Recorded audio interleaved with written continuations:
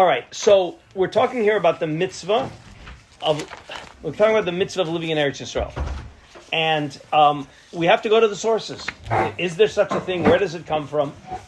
And the first place that we're going to see this is in a Mishnah. It's source number 1. But in order to get you have to understand the background. This is actually a Mishnah in Ksubis. It's the very end of Maseches Ksubis.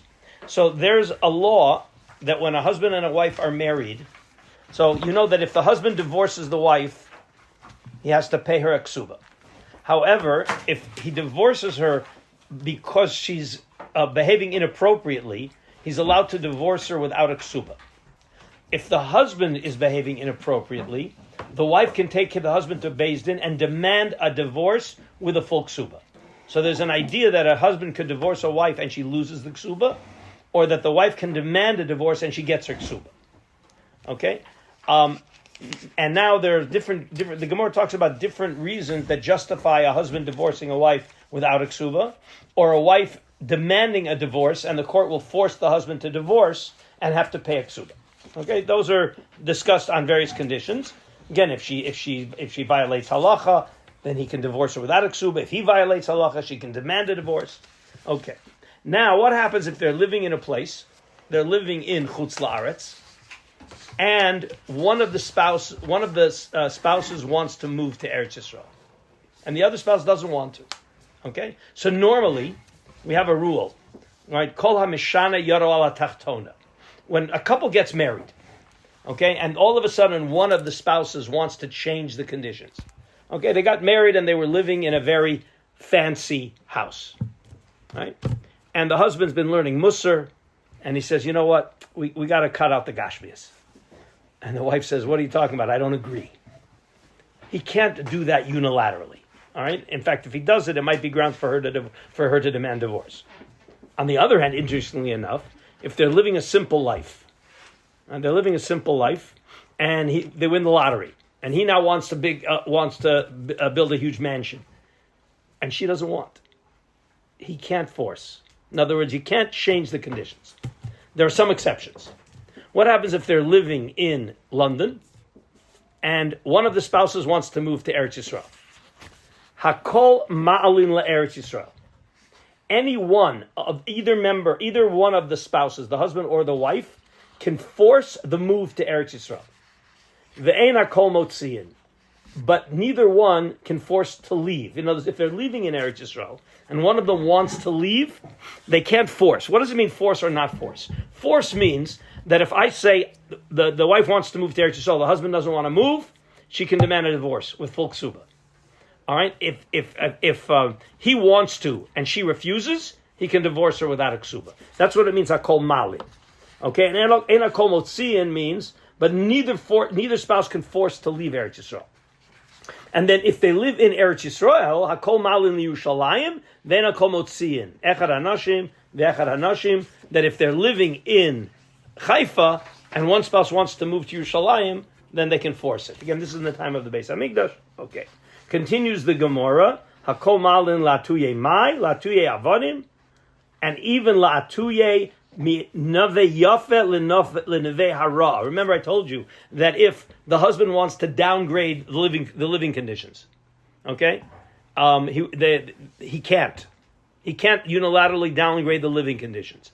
But if he wants to move to Eretz Yisrael and downgrade the living conditions, he can. That's the chiddush. That afilu mi neve yafe, meaning they're in a lovely pastoral environment, and he wants to move into something that's much lower standard of living or lower environment. If it's to Eretz Yisrael, he can do it. All right, vena kol motzin latuye mai latuye evet shabarach. Okay, all right. The Amrina, okay, yeah, okay. Says the Gemara, source 2. Everybody with me? Tana Rabbanan. Hu omer lalos v'hi omer shelo lalos. Kofin oso lalos. V'imlav teitze below ksuva. All right, he wants to go to Eretz Yisrael. She doesn't. We force her to go, and if she doesn't want to go, teitze below ksuba. She can lose her ksuba if she refuses to go to Eretz Yisrael. And in the reverse, he omer at lalos v'hu omer lo lalos. She wants to move to Eretz Yisrael, and he doesn't want to go, kofin osolalos. She can take him to court and force him to move with her to Eretz Yisrael, and if he refuses, yotzi v'yiteng ksuba, that's grounds for divorce with a full ksuba. He omeret latzeit. Now what about the opposite? They're in Eretz Yisrael. He omeret latzeit, v'hu omer lo latzeit. She wants to move. Okay? And he doesn't want to move out. Then kofin osa shalo latzeit. We force her to stay, and if she refuses to stay, he can divorce her without a ksuba, and if he wants to leave and she wants to stay, she can force him to give a get without a ksuba. Okay? So it's pretty clear. Now comes along a very controversial line, a couple of lines in Tosfos. Remember, this is the Mishnah. This is written in the time of the Beis Hamikdash. Okay, Tanaitic times. Now Tosfos comes along and says like this: Hu Amar Lalos. So this is Tosfos already in the 13th century. Eino noheg bizman hazeh. This mitzvah of being able to force to move from Chutz La'aretz to Eretz Yisrael, it is not applicable in our time. Why? Di'ika sakanas drachim. It's dangerous. And you can't force somebody to put themselves in danger. And you're following what Tosas just said. So it doesn't apply if the reason why he doesn't or she doesn't want to move from Chutz La'aretz to Eretz Yisrael is because sakanas drachim doesn't mean it's dangerous in Eretz Yisrael. It means that there's highway robbers on the way. We can't get there without danger. Says Tosas, it doesn't apply, and therefore you can't force. And then comes along Rabbeinu Chaim, right? V'haya Omer Rabbeinu Chaim. The Achshav Eino Mitzvah Ladur be'Eretz Yisrael. So you realize that till now we've certainly been assuming that there is a mitzvah to live in Eretz Yisrael. That's what it says here. That the end of the Gemara there, Yeshivas Eretz Yisrael. So Rabbeinu Chaim says there's no mitzvah to live in Eretz Yisrael today. Ki yesh kama mitzvos tluyos ba'aretz. Since there are many mitzvos, land-dependent mitzvos, that we're not going to be fulfilling properly. The kama onshim, and it's lots of punishments if we don't do it right. We're not going to be able to fulfill them properly, and therefore there's no mitzvah to live in Eretz Yisrael. This is going to be rejected by all of the Rishonim and Achronim. It's written that this was a Talmid Toeh that wrote this. We'll see it later, okay? But this is a famous Rabbeinu Chaim that all of the later Rishonim and Achronim say that it made it into Tosas a mistake. And it doesn't make any sense. What do you mean there's lots of mitzvos? So because there's lots of mitzvos, we're not going to move. The opposite is to do the mitzvos. Anyway, so it's there because I want you to see that you're going to hear it. Okay. Now comes the continuation of the Gemara. Tanu Rabbanon le'olam yadur adam be'eretz. Question. Sorry, I just would like to clarify if the Rav was the Rav saying that the Rabbeinu Chaim was rejected or the Tosfos? Rabbeinu Chaim. So everyone does hold that. Everyone holds that the Tosfos that the reason for din is the sakana. Everyone agrees with that. If sakana. That there may be an exception if the one who doesn't want to go to Eretz Yisrael is claiming I don't want to do it because of the danger of travel. It might be grounds to prevent the force. So today we would say this is basically not. Let's not talk to all of this. We'll get by the end of this year. We'll get to Lamaisa today. Right now, I'm giving you all the background. Okay. All right. Gemara. Tana Rabbana. La'olam yadur adam be'eretz Yisrael afilu. By the way, I'm going to read it quickly. You guys have the English if you're having trouble following the Gemara language. Okay. I hope my guys in my shir shouldn't have so much trouble, but the lower shir might. But the English is there. Tana Rabbanan le'olam yadur adam be'eretz Yisrael afilu be'ir sharuba ovdei kochavim. Ve'al yadur b'chutz la'aretz afilu be'ir sharuba Yisrael. According to this Gemara, it's better to live in Nazareth than to live in Borough Park. That's what it says here. Why? Shekol hadar be'eretz Yisrael dome kimi sheyesh lo eloka. Somebody who lives in Eretz Yisrael is like somebody who has a god. V'chol hadar b'chutz la'aretz dome kimi she'ein lo eloka. Somebody who lives in Chutz La'aretz like he doesn't have a god. Shenemar latet lachem et Eretz Canaan. This is right that God is promising Avram that He's going to be giving him to Eretz Canaan. I'm sorry. This is in Vayikra, Klal Yisrael. Latet lachem et Eretz Canaan liot lachem le'elokim. I'm giving you Eretz Canaan to be a god.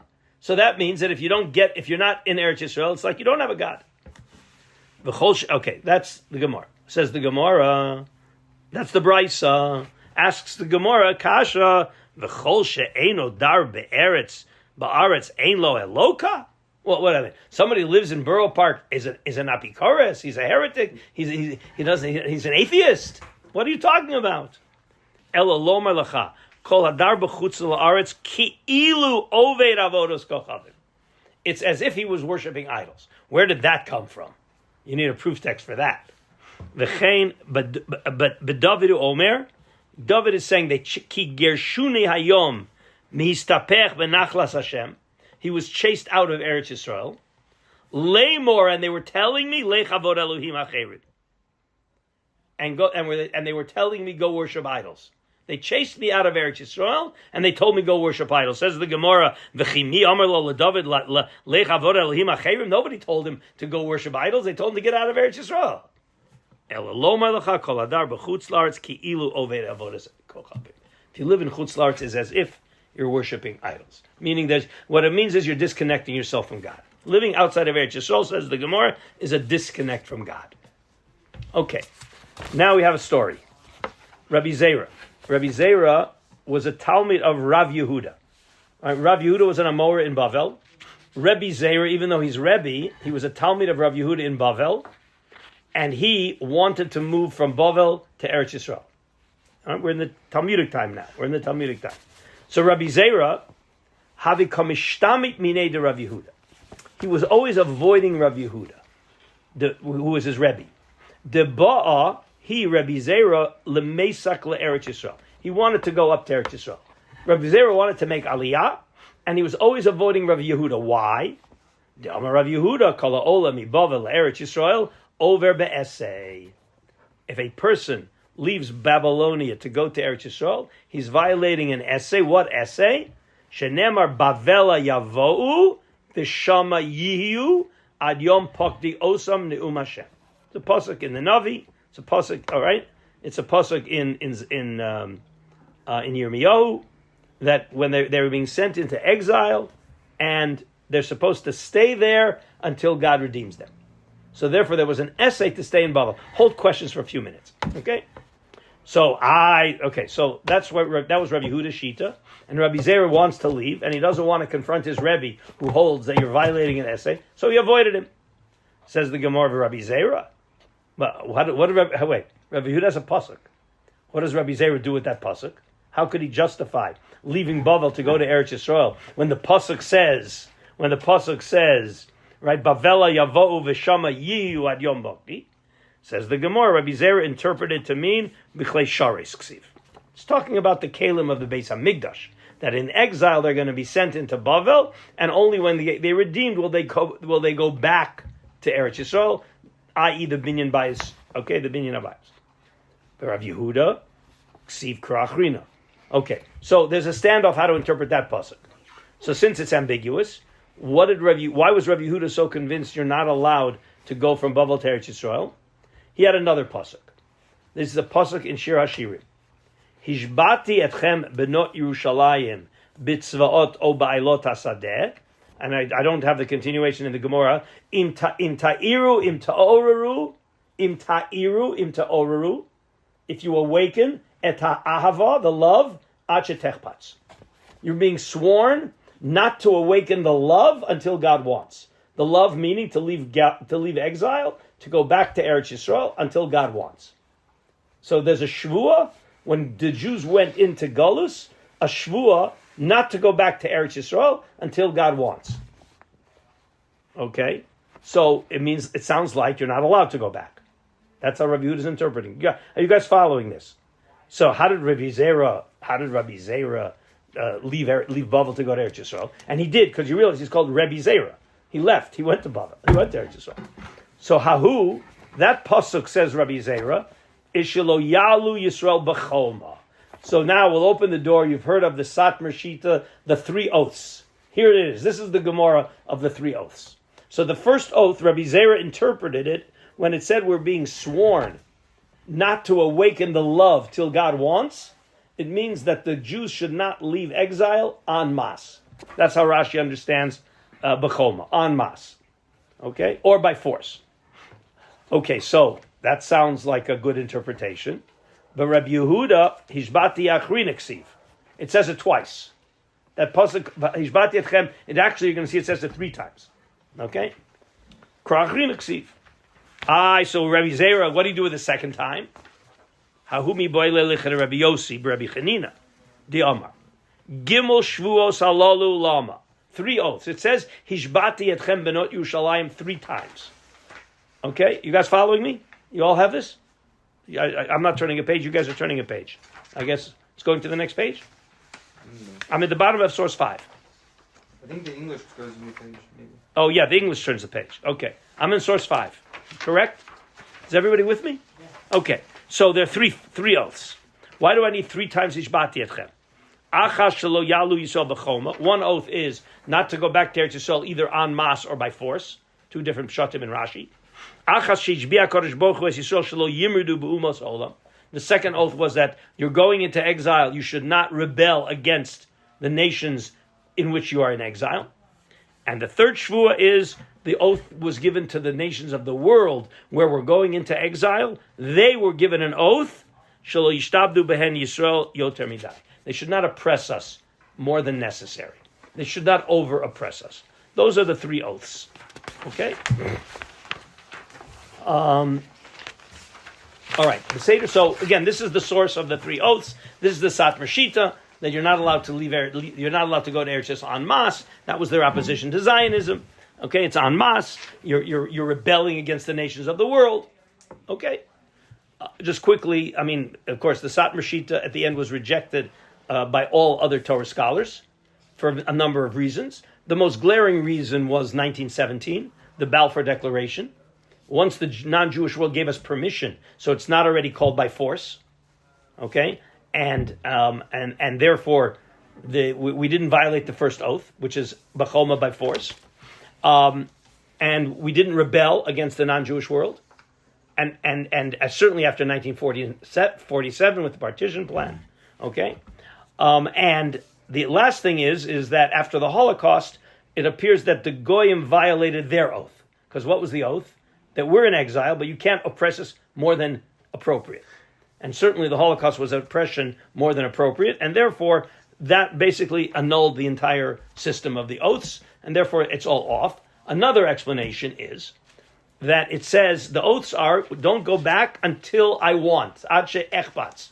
But if God shows you that He wants us back, the partition plan, the state of Israel, miracles of the 6-day war, it shows God wants us back.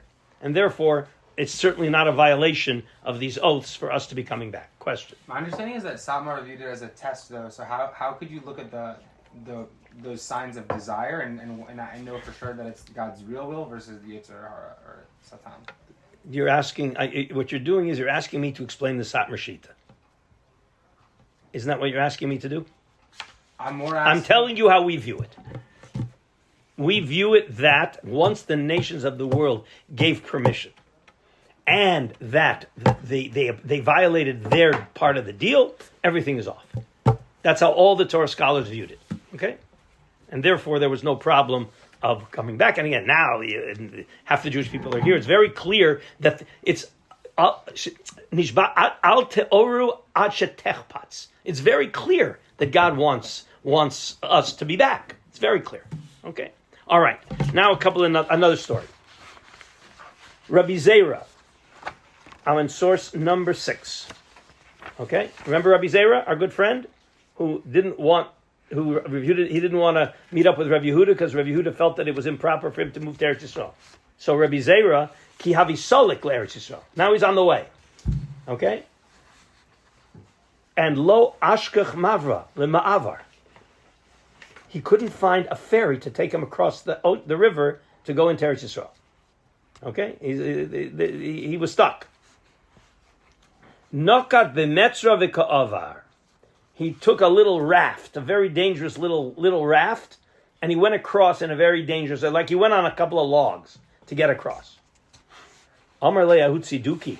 So the tziduki saw him do this, and he says, "Ama peziza, you are an impetuous, impatient nation." Where do we see that? Where do we see that we're an impatient, impetuous nation? De kadmitu Pumaichu li'odnaichu. Pumaichu is your mouth. Udnaichu is your ears. You had your mouth precede your ears. Where did we have our mouth precede our ears? Nasa v'nishma. You did it backwards, you guys. You're impetuous. You did it backwards. First you're supposed to hear, then you're supposed to do. And you said, do first. You're an impetuous nation. And atkati bepizizusaichu kamaisu. You're still standing in your impetuous way. Do things in an orderly way. Wait for the ferry. Why are you jumping ahead? Wait for the ferry. That's all. What was Rabbi Zera's response? This is very important. Omar le duchte de Moshe va'Aaron lo zochula. Moshe and Aaron did not have the merit of going into Eretz Yisrael. Ana miyemar dezachinala. How do I know I'm going to have the merit? Meaning, I'm not taking a chance. I'm not waiting around for a minute. Because if I have a chance, I'm going to do it right away. Because I see Moshe and Aaron didn't have the merit to go to Eretz Yisrael. I have a chance, I'm going to grab it. Think about that. Okay. Rabbi Abba, now these are stories you guys have probably heard without the names. Rabbi Abba Menashe Kipi de Aku, when he got to Aku, which Aku is one of the entry places in the far north. It's in the northwest corner of Eretz Yisrael. This was one of the entry places that they went into Eretz Yisrael. When he got to Aku, he would kiss the stones. He used to kiss the rocks. Rabbi Chanina Metakin Metakle. Rabbi Chanina used to fix the roads. Whenever he found a pothole in the road, he used to fill it in. Rav Asi Kaime Mishimsha Latula Umitula Lashimsha. Rav Asi used to go from the sun to the shade and from the shade to the sun. I'll explain to you all this in a minute. Rabbi Chia Bar Kamda Migander Ba'afra. He used to roll in the dirt. Shenemar Ki Ratzu Avadecha Et Avaneha Ve'et Afara Yichonanu. He loved the dirt of Eretz Yisrael. Okay, I mean you've seen all the pictures. Many with when the North Africans came, when the Ammonites came, they got off the plane and what did they do? They went down and kissed the ground. They kissed the ground. It comes from this Gemara. Okay, what's the idea of fixing the roads? So they talk about Rabbi Shol about the altar from Slobodka when he came to Eretz Yisrael. He used to move it. Whenever there was a rock in the road, he pushed it on the side, all right, because he didn't want somebody to trip over a rock and blame Eretz Yisrael. We don't want to say anything bad about Eretz Yisrael. So when it says when they were in the sun, it was too hot, they went into the shade. Because they didn't want to be uncomfortable in Eretz Yisrael. And when it was cold, and when they were in the shade, and it was cold, they went into the sun. Right? The idea is we don't want to be in Eretz Yisrael uncomfortable. We want to luxuriate and appreciate and love being in Eretz Yisrael. That's what it says in this Gemara. Okay? All right. That's basically background in the Gemara. Any questions? Till now, I'll take all the questions. Yes? We said it's Sadukin at this time? I'm sorry? We said it's Sadukin at this time? There's A Tziduki, yes. Is it around? Yes. Yes. Oh, they're all over the place in the Gemara. They're all over the place in the Gemara. Yes. Okay. All right. Now we're going to get to Halacha. So I'm sure you have heard the machloket that the Rambam doesn't hold that it's a mitzvah to live in Eretz Yisrael. You've heard that before? Yeah. You heard that before. Okay, good. So now we're going to see the Rambam and realize that that's 1,000% wrong. Absolutely wrong. Says the Rambam, Osur latzeit me Eretz Yisrael l'chutz la'aretz la'olam ela lilmod Torah o lisa isha o lahatzil min ha'akum. 3 things you're allowed to leave Eretz Yisrael for: get married, learn Torah, or danger. But yachzor la'aretz, but then you have to come right back. V'chein yotzei hu l'schora, to make a living business. Aval lishkon b'chutz la'aretz asur. Ela im kain chazak sham hara'av. Sham means in Eretz Yisrael. Ad shenaseh shavet dinar chitim b'shnei dinrim. That there's a big shortage of food. All right, remember, what causes inflation? Too much money or not enough product. Okay? So, right, a shortage. So if there's a big shortage of food and the prices jack up twice the price, you're allowed to leave. That's called a famine. There's a lot of money, but there's a shortage of food.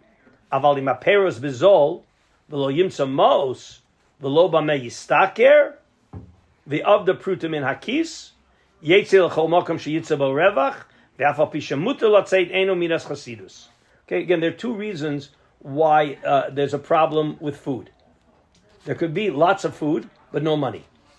Where did you guys don't know enough history to know where that was true? Ireland? That was true in the Depression in America. You saw pictures of people selling apples on the street corner. You saw these pictures, the historical pictures.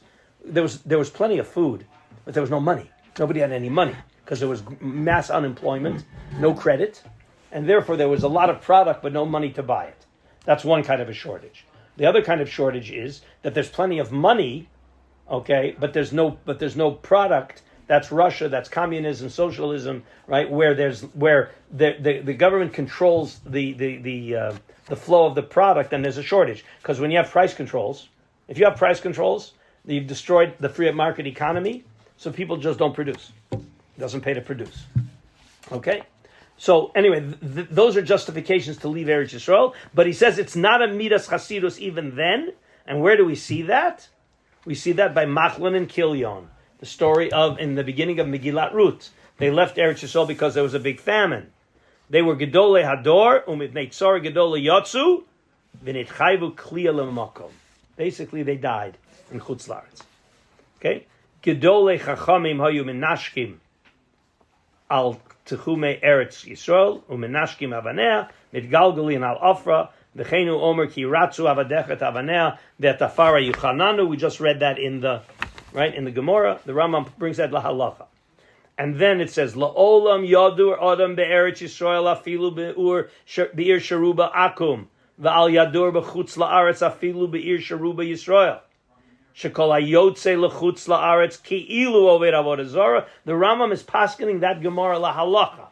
Shenemar ki gershuni hayom mihistapech benachlas Hashem, leimor leich avodah Elohim acherim, ubepuranu yuso omer ve'el admat Yisrael lo yavo, Kishem she'asur latzeit me'aretz l'chutz la'aretz, kach asur latzeit mibavel l'shar haratzos, shenemar bevavel yavo v'shama yiyu. He brings the pasuk of Rabbi Yehuda to say, you're not allowed to leave Eretz Yisrael, and you're also not allowed to leave Bavel. Again, but Babylonia was the center of Torah, and therefore people in Bavel weren't allowed to leave, but people in Eretz Yisrael aren't allowed to leave. Okay, that's basically the halacha. Just hold your questions, because I want to just jump to a couple of other Rambams, because I said that the Rambam holds that Eretz Yisrael is definitely a mitzvah to live in Eretz Yisrael, and source number 9 is the smoking gun. The smoking gun. Everybody knows the halacha. Okay, are you allowed to tell a non-Jew to do malacha for you on Shabbos? Depends. I'm listening. Depends if it's like a sick ratio or... An absolute malacha. There's a big business deal. Somebody, Friday afternoon you get a call. There's a major business deal, okay? We need you to send your lawyer to sign contracts. And you'll make a fortune. But he's going to have to come tomorrow Shabbos morning. Can you send your non-Jewish lawyer to sign the contract so you can make a lot of money? Why not? Because you're not allowed to tell a non-Jew to do a malacha on Shabbos that you yourself are not allowed to do. Malacha d'oraisa. Everybody understands that? Clear?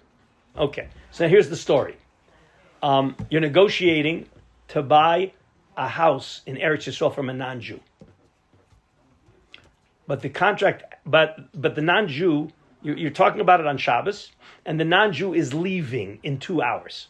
And the only way you can close the deal is if you have a non-Jew sign the contract for you on Shabbos.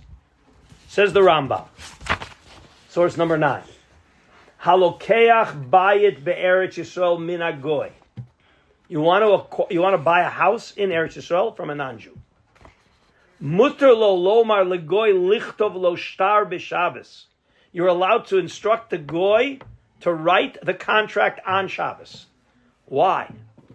She'amira legoy, is that to tell a goy to do a malacha? Is that an isur d'oraisa or an isur d'rabbanan? It's only a d'rabbanan to tell a goy to do a malacha for you on Shabbos. So it's an isur d'rabbanan. Tell him to write the contract, isur d'rabbanan. Right? She'amira legoy b'Shabbos asura midivreim. It's only d'rabbanan. Umishum yishuv Eretz Yisrael lo gazru b'davar zeh. Because of the mitzvah of yishuv Eretz Yisrael, the gezerah of Isur D'Rabbanan doesn't apply. V'chein alokech bayit mehem b'Surya, sheSurya k'Eretz Yisrael. Okay, so it's very clear. The Rambam holds that mitzvahs Yishuv Eretz is a mitzvah. It's not counted in Sefer HaMitzvos. That's the giveaway. He doesn't count it as one of the 613, but there's lots of mitzvos that are mitzvos that the Rambam doesn't count as among the 613 because he has very specific rules what gets included in the count of 613. But it's very clear, both from the Rambam we saw earlier and this Rambam, that the Rambam held that there is a mitzvah to live in Eretz Yisrael. Okay, the only thing you could say, Rabbi Soloveitchik talks about this a lot, is that there could be a concept of a mitzvah chiyuvis or a mitzvah kiyumis. Okay, a mitzvah chiyuvis is you got to put on tefillin. Mitzvah kiyumis means if you do it, you get a mitzvah, but you don't have to do it. So the Rabbi Soloveitchik wants to claim that the Rambam holds that he didn't include it in Sefer HaMitzvos because it's a mitzvah kiyumis. In other words, you're not instructed to do it, but if you do it, you get a mitzvah. It's not so clear that that's what the Rambam holds when you go back to source number 7. You had a question. Yes, maybe off topic, but what does Rambam mean when he says Shesuria Keretz Yisrael? You're correct. It's off topic. Okay. Yeah. What is the source that people say that they believe that for that reason the Rambam calls that it's not a mitzvah? What is the you asked at the beginning that we have heard that the Ramban calls that it is not a mitzvah or something like that. What is the source that people base? I have a rule. Okay, it comes up and it frustrates. I had a student get very angry at me on a Zoom session. Okay, where we were talking exactly about this mitzvah, and he starts asking me, so how do the Satmars justify X, Y, or Z? I said, why are you asking me how the Satmars justify? Ask the Satmars how the Satmars justify. I'm not here to tell you what they think, because I don't agree with it, so I can't explain them. And a lot of people do that. They like to tell you here's what my opponents think, and then I'll show you why they're wrong. No. I'm not going to tell you why they're wrong. I'd like to tell you why I think they're what they hold and why I think. Ask them. Find somebody who holds it and ask them. You understand why I can't answer that question? It's not fair to ask me to answer that question. You know. Yeah. That's all. Okay, but let's. Yeah. Okay. I'm sorry. No, I think what he was saying was that people have in the general claw we have a havamina that it's not included. Is it? Wait, it's definitely not included in Sefer HaMitzvos. Okay, that's a given. That's what we're going to see now. The Ramban, who argues on the Rambam in source number 8, where the Ramban in Sefer HaMitzvos, so the Ramban has a gloss on Sefer HaMitzvos, where he says there are certain mitzvot aseh that the Rambam left out. So obviously he's got to take some that the Rambam put in and take them out. And as the Rambam says, the Rambam counted this as a mitzvah. It's not a mitzvah. It's not counted. But this he left out, and this is. He does that both in the essay and in the Lo Taseh, and we're going to see number 4, famous Ramban, okay, on Sefer HaMitzvos. Yeah. I'm just a little confused on where we learned from this Rambam that it's a mitzvah. Is it because the fact that there's he writes it explicitly? Wait. Is your question where the Rambam got it from, or is the question where I got it from? I'm trying to see it in the text in the Rambam. Because it's like Mishum Yishuv Eretz Yisrael. Does that mean it's a mitzvah, a halacha? What else is it? What do you mean Mishum Could it be a Yishuv? halacha? If it's, I don't understand what that means. I don't understand your distinction. How could you say they didn't make a gezerah if it's not a mitzvah? So maybe that's the point. Is the point that there's a durabanan that says you can't do the malacha? Right. But then it's a durabanan mitzvah to live in? No. The rabbis did not make the rabbis' rabbinic prohibition doesn't apply to stop you from fulfilling Yishuv Eretz Yisrael. The assumption is it's because there's a mitzvah to do it, and the rabbis don't prevent you from doing a mitzvah because of their rabbinic decree. Yeah. Why couldn't it have just been an exception to their decree? They really made a partial decree. I don't understand. That's what it means. Lo gozru means that they never intended the decree to apply in that situation. Right, but how would you know from this that when Rambam says that the reason for that is that they would be infringing on a Torah mitzvah? Why else? Then what? No, wait a minute. There has to be a compelling reason why the rabbis forego their mitzvah, their isur derabbanan. You can't just say they didn't decide. There has to be a reason for din. We're assuming that's the Rambam said, the Rambam writes, Mishum Yishuv Eretz Yisrael. Is that a neutral action? Is that a real estate deal? Well, if that's not a mitzvah, it doesn't make any sense. Why are we fighting something that's the most obvious explanation for the Rambam? Otherwise, why did they forgo? Why did they compromise on a clear Isser D'Rabbanan for Yishuv Eretz Yisrael if it's not a mitzvah? Does it need to reach the threshold of a mitzvah for it to be enough for consideration for them to have it be a nice thing, just a nice thing. We don't find the rabbis foregoing an Isser D'Rabbanan. It's a legislated Isser D'Rabbanan for a nice thing. It doesn't exist. Yeah. Our place nowadays permit you to do that on Shabbos? Absolutely. 100%. 100%. 100%. Mitzvahs Yishuv Eretz. Okay, let's see the Ramban, because the Ramban holds it much stronger than the Rambam. Okay? They're much stronger than the Rambam, and then we're going to see some more psukim. Let quickly question. Yeah. So, just to summarize, the reason why people think Rambam doesn't hold... No. I don't want to talk about why the people hold the Rambam doesn't. I'm not here to answer why people hold the Rambam doesn't. Find somebody who holds that the Rambam doesn't and ask them to explain it to you. Ask them how to explain this Rambam. They probably want to try to massage it right the way you do. You're trying to avoid the most compelling thing. You're avoiding the Rambam in Hilchos Malachim. Right? It's Asur and it's Asur Lotzeis and La'olam Yadur. Okay, it's not a nice thing, but let's leave it for now. Let's see the Ramban.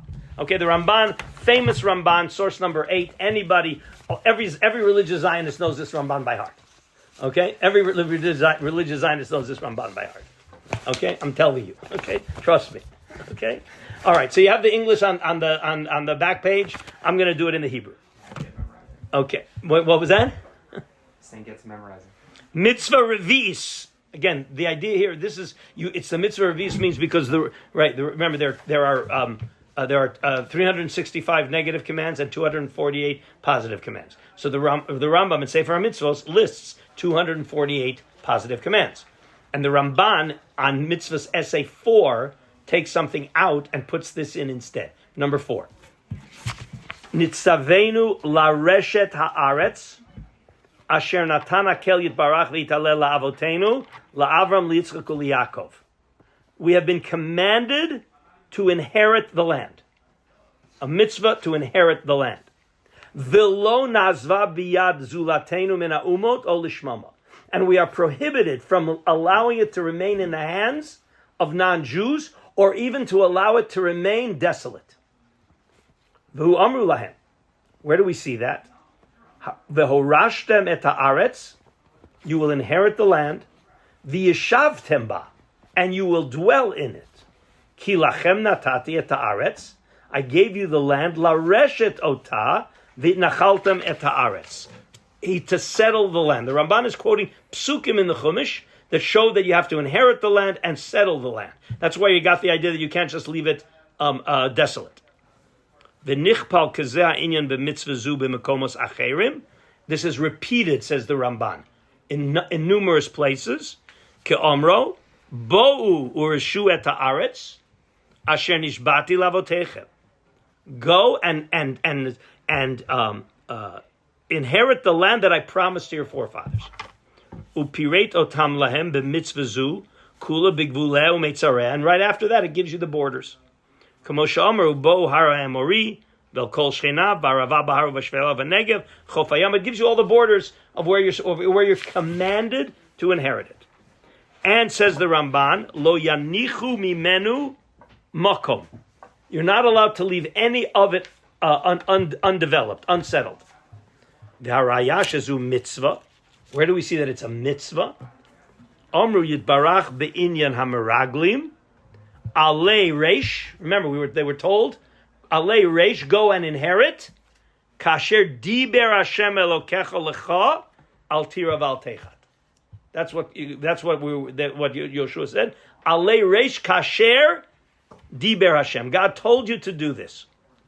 The Omar Od, when Moshe is reviewing the problem of the Meraglim, Uvishloach Hashem etchem mikadesh barnei lemor alu urshu et haaretz. God sent the spies. And you were told, go and inherit the land, asher natati lachem.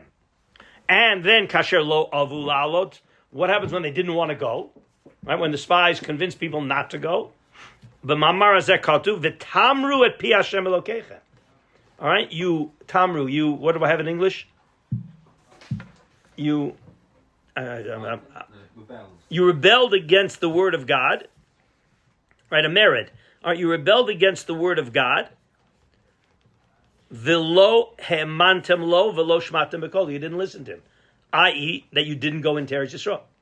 Hora'a shahaisa mitzvah shelo yiyud v'avtacha. The Ramban is going exactly to say how people want to interpret this. It's not a mitzvah. It's a promise. It's a promise. It's a goal. Says the Ramban, that's not correct. It's not a goal. It's not a promise. It's a mitzvah. Okay? V'zuhi shechachamim korin osa milchemes mitzvah. The mitzvah to conquer Eretz Yisrael, the Ramban says, that's a milchemes mitzvah. V'chein amru b'gemar b'sota amru Rav Yehuda milchemes Yoshua lichvos divrei hakol chova milchemes David l'ravacha divrei hakol rishus. Again, the Yoshua lichbosh means when Yoshua went in to conquer the land, there was a mitzvah to conquer the land. Okay, and then the Sifri, the Medrash. Everybody following me on this inside? V'yarashtem v'yashavtem ba. V'yarashtem v'yashavtem ba. B'schus shetirash teshev. Meaning, when you conquer it, you will then merit to live in it. Okay, now continues the Ramban. V'al tishtabesh v'tomar. Ki ha-mitzvah azoti ha-mitzvah v'milchemet shivat amamim shenitztavu la'abda. So now, and one could say, which is what a lot of people want to interpret, not illegitimate, is that whole thing when it was commanded to Yoshua to capture the 7 nations when we first came into Eretz Yisrael. What does that have to do with us today? That's what the Ramban is going to now deal with. Does that apply to us today? All right, Ein Adavar Kain. It was not limited to the time of Yoshua. Ki anu nitztavenu laharog ha'umot hahem b'vilamcha mimanu. We were certainly commanded to kill those nations in Canaan if they fought against us. If they wanted to make peace with us, we could let them stay in Eretz Yisrael with the proper conditions. The Gemara says the conditions were they have to pay taxes and they have to accept our authority. Okay, aval haaretz lo naniach ota biadam, but they're not allowed to control the land. V'lo biyad zulatam min ha'umos, and no other nation is allowed to control the land. Bidor min hadorot, throughout the generations. V'chein im barchu ha'umot hahem mipneinu v'holchu lahem. And what happens if those nations, when Yoshua was coming in, they just picked up and ran away? They ran away. Nitztavenu anachnu lavo ba'aretz v'lichbosh ha'medinot ulo shiba shivteinu. We can't say, oh, they ran away, I don't have to do anything. We have to move in and control the land. V'chein achrei achritenu et ha'amim ha'nizkarim imrotzu achar kein shivteinu la'azov et ha'aretz lichbosh lehem et eretz shinar. And it continues the Rambam. What happens? Okay, we came in, we conquer them, they're out, we're controlling Eretz Yisrael. And now we have expansionist, imperialistic vision. We want to go out and fight more, we want to conquer more land. Okay, that's the normal historical way. We conquered this land, now we want to expand, right? To go to other places. Einam Rishayim, we're not allowed. After we conquer Eretz Yisrael, we're not allowed to say, now let's go and expand our imperial conquering. We'll conquer Egypt, and we'll conquer Syria, and we'll conquer Lebanon. We're not allowed to do that. Why? Shenitztavenu bekibusha uviyeshivata. See, if we would do that, we would be leaving Eretz Yisrael and go to conquer other places. All right? And we're required to be in Eretz Yisrael. We're required to have the land and live in the land and control the land and develop the land. That's the mitzvah. Question. Didn't King David annex the Syria and Lebanon? But only right just next to it, and it wasn't viewed so positively. Gotcha. Okay. Although we still apply some of the halachos. Yeah. Again, I say that's correct. Because it was a king, it was David with the Sanhedrin, and it was done and it had. But again, he only was right next to Eretz Yisrael. He didn't go to Europe. He didn't look for world domination. Okay. Now, v'omer ani. This is the Ramban talking. We skipped a little bit in there.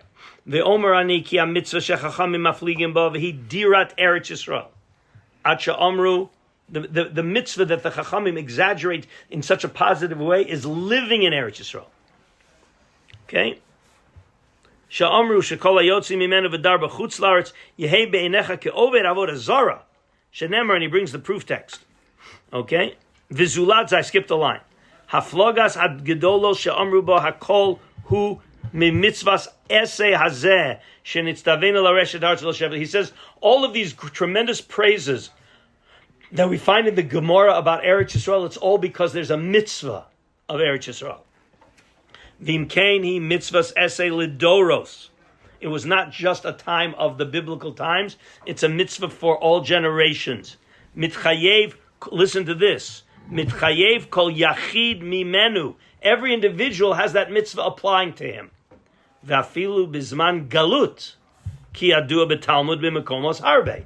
Because we taught the story of Rabbi Zera, they were already in exile. But even in exile, there was a vision that there's a mitzvah on the person if he can do it. Obviously, if he can do it, to live in Eretz Yisrael. V'loshen Sifri, Maseh Rabbi Yehuda ben Beseira, Rabbi Masya ben Charash, Rabbi Chananya ben Achi, Rabbi Yeshua, Rabbi Nosson, famous Gemara, famous Medrash. So these were people who were in Eretz Yisrael. And Natan at Shayu Yotzim l'chutz la'aretz. They were on their way out of Eretz Yisrael. V'higiu l'flatya. They got to the border. V'zachru at Eretz Yisrael. And they remembered Eretz Yisrael. Zakvu eineim v'zalgu dimoseim. They started crying. Karu bigdeim. They ripped their clothes. Karu amikra zevi yarashti v'yashavtaba v'shamarta lasot. They quoted the pasuk that we have to settle the land. Yeshivas Eretz Yisrael skula keneged kol ha-mitzvah shebetorah. And they went back to Eretz Yisrael. Again, the Ramban is showing here the power of mitzvahs Eretz Yisrael. Let me just read a couple of more things, a couple of more sources. Yeah, all right, let's do okay. So, we have another Ramban, a Ramban on Chumash. Other questions still here? Yeah. But Rabb still didn't include it in his list. Was that because he had it as an implied commandment under there are a lot of explanations why the Rambam did not include it in Sefer HaMitzvos. One of the explanations is that it's such an all-encompassing mitzvah that it doesn't get included in the 613 because it's all-encompassing. That's one of the explanations. But again, the Rambam has very clear rules of what he includes and what he doesn't include. But the Ramban felt that it should have been included. Okay. Again, I showed you, the Rambam holds it as a mitzvah, but it could be that it's not the same kind of a mitzvah as the other 613. Okay, this is a Ramban on Chumash. And again, this a little bit implies, we don't go over, we talked about how that Ramban of Sefer Mitzvahs, every religious Zionist knows that Ramban. Okay, but every religious Zionist has to also know this Ramban. Okay, before we get too excited about what we have right now. So the pasuk says, "Vatitma haaretz." This is in the curses. "Vatitma haaretz," the land will be defiled. "Ve'efkod avona aleh v'taki haaretz." Okay, I'm sorry. No, this is in we read this on Yom Kippur.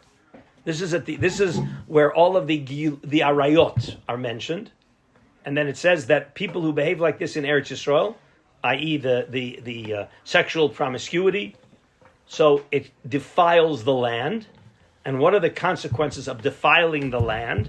It becomes vatitma, it becomes defiled, and God remembers the sin, vataki haaretz, and the land spits us out. Well, why is the land spitting us out for our sins? V'chein shonu b'sifra, v'lo taki haaretz etchem. Don't behave like this so that the land doesn't spit you out. All right, that's a pasuk in Kedoshim. The first one's in Achrei Mos, the second one is in Kedoshim. We see this idea of the land spitting us out. The Ramban, what is this idea of land spitting us out? Says the Ramban, Eretz Yisrael eina kishar aratzot. Eretz Yisrael is not like all other lands. Eina mekayemet over avera. It can't tolerate Jews or anybody. The truth is, it spat out non-Jews too. It can't tolerate immoral corruption on its land.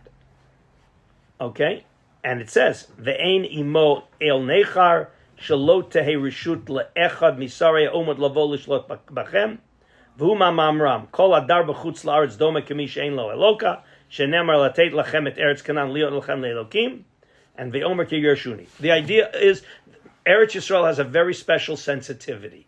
There's a spiritual sensitivity to the land of Israel. It cannot tolerate certain corruption. Okay? And continues the Ramban in 11. The Omer betosefta. Hare hu omer vishavti vishalom el beit avi. This week's parsha.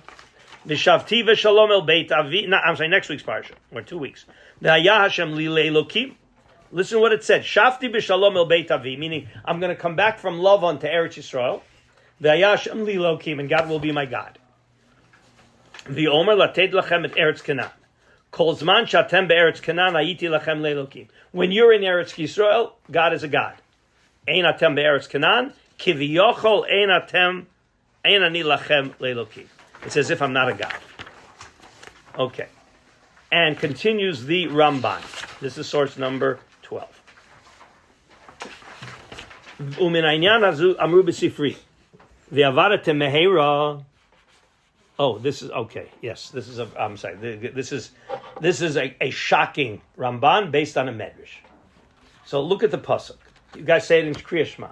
V'avadatem mehera me'al haaretz me'al adama. Okay, says the medrash. Af al pi shani magle etchem min haaretz l'chutz la'aretz.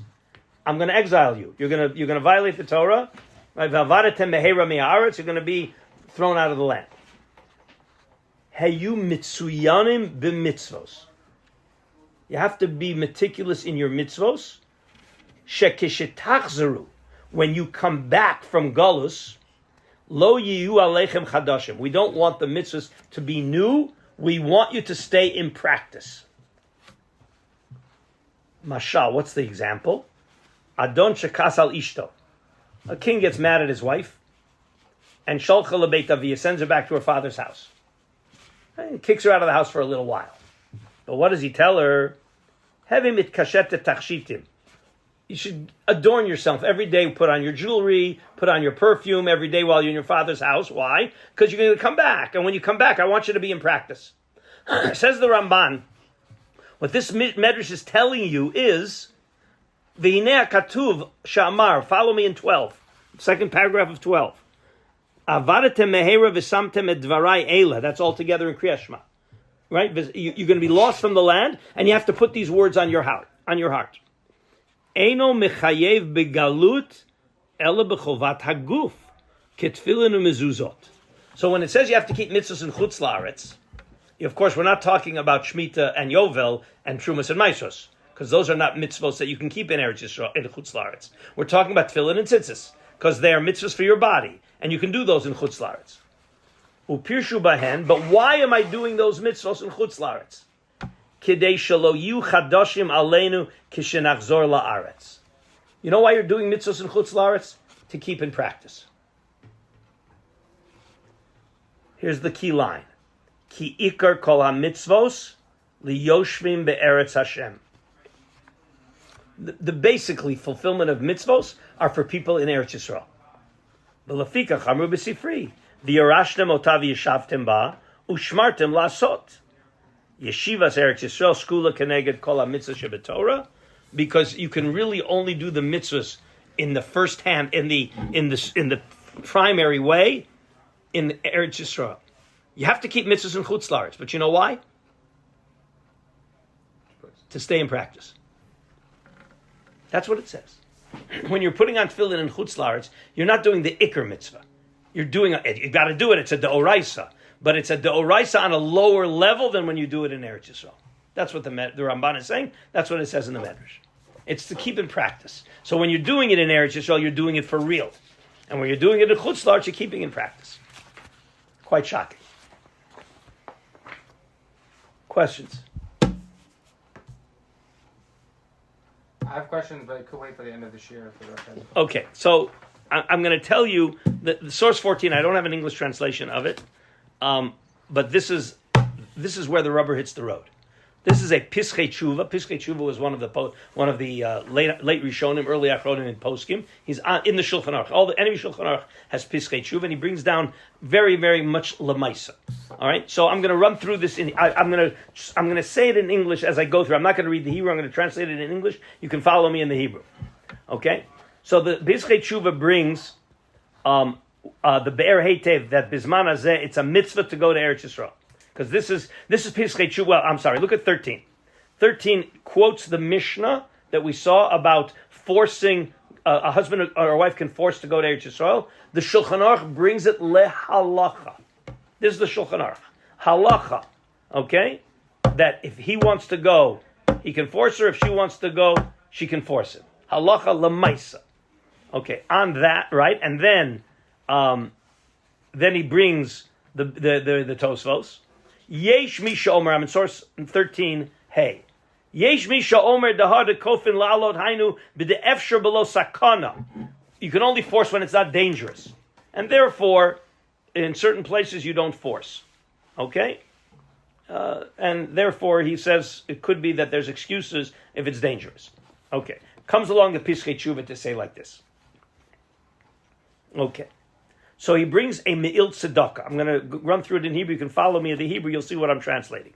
There's a Me'il Tzedakah about 3 friends who want to go to Eretz Yisrael from North Africa with their families. And they have little kids, 2 and 3-year-old kids. And the Beis Din in the city says you're not allowed to go. Why? Because with little kids, it's dangerous. Because they may not be able to handle the boat ride. The boats. It's very hard for them to handle it. It's dangerous, okay, and the climate change, okay, and therefore they're saying to the 3 families, you're not allowed to go. The Beis Din of the city, and they're writing to the Me'il Tzedakah. Do we have to listen to the Beis Din? Okay. So the Me'il Tzedakah writes back. If you're following in the Hebrew, I'm in the 4th line. That Bizman Hazeh, there is a mitzvah to come to Eretz Yisrael. The Ramban counts it, okay? And he brings the Ramban that quotes the Psukim. All right? And the Trumas Hadeshen, who was another posek, also brings it as a mitzvah. And they mention this Tosos in Ksubas, Rav Shen Reb Chaim Cohen, so the Marit already says, right, that it's a mistake. Talmid Toeh Kasvu Sham. The Marit was a big posek, okay, and he says it was a mistake in the Tosfos. It's a mistake in Tosfos, okay, all right, and you can't rely on it at all. And the Me'il Tzedakah and the Marit, and of course it says it makes sense, okay, because why should any time? What do you mean you can't? It's hard to keep the mitzvahs. It's always hard to keep. So right, we don't have to keep kosher in America because it's hard to keep kosher. What are you talking about? Okay.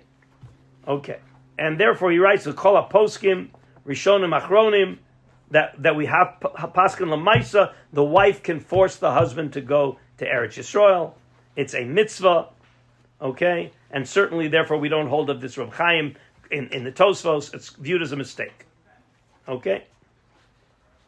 And then he says another proof. If the sakana of drachim, the danger of travel, would be an exemption, which is what he's claiming, why don't we find that in the Gemara? The Gemara says the husband can force the wife can force the husband. Why isn't there in the Gemara to say, but if there's, right? We have it lots of times in the Gemara, right? What's the lashon in the Gemara? Right? Bamed dvarim amurim. When do we say that you can force? When it's safe. But if it would be dangerous, you can't force. Does it say that in the Gemara? No. So he says, they made this up. It's not true. Simply not true. Okay? Of course, if it is actually dangerous, you can't force somebody into danger. But to say that as a global din, that it doesn't apply because of danger, that's simply not correct. Okay? But he says, so obviously, every situation is different. And then he says like this. How do I decide whether it's dangerous? In other words, we are saying there is an idea that if it's dangerous, you don't go. What's the definition of dangerous? What's the criteria for deciding if a place is dangerous? Says the Me'il Tzedakah, a very important rule. Do businessmen go there to do business? If businessmen go to do business, that's not called dangerous. You want an example? There was a period where no businessmen went to Mexico. The threat of kidnapping was so great, and it was so dangerous. They never went to. They didn't do. Do businessmen go now to Ukraine to do business? I don't think so. That's the definition. People go to do business. It's not called dangerous. This was very lamaisa now when over the last 20 years in Eretz Yisrael, right? When was Gaza dangerous? But before they gave back Gaza, was it called dangerous? Business. People live there and people do business there, so that's not called. It's not called halachically dangerous. Okay. All right, and then he says also this idea that it's dangerous for the little kids. He writes that little kids can handle a boat ride much easier than adults. Adults get seasick much faster than little kids. Okay, all right, and therefore he says the only other question is, but the Beis Din told us we shouldn't go. Am I allowed to ignore the Beis Din? Right. So he said, well, why did the Beis Din say not to go? Because it's dangerous. He says, I see it's not dangerous. So he equates it, the Beis Din saying don't go because it's dangerous, is like the Beis Din telling you right now, time to put on tefillin and daven shachris. If a Beis Din tells you now, we got to daven shachris, what do you say? You daven shachris and put on tefillin, or you ignore it? You ignore it. They're telling you wrong. It's in the middle of the night, you can't tell me it's day. Okay? So he says you don't listen to the Beis Din when they're telling you something that's factually, verifiably not correct. Okay? And then he continues, okay, right? And therefore, but a Beis Din, he says, if your parents tell you to violate the Torah, do you listen? No. The Beis Din is telling you to violate the Torah because there's a mitzvah to go to Eretz Yisrael. And they're telling you not to do the mitzvah. So just like you don't listen to your parents, you don't listen to the Beis Din. This is all in there. Pretty shocking. But he adds two conditions. Then at the end he says, but there are two conditions you have to have if you want to go to Eretz Yisrael. You have to make sure that you have a livelihood when you get there. You can't go without a livelihood, without parnasah, because a person who doesn't have a livelihood, he loses his mind and he abandons his religiosity.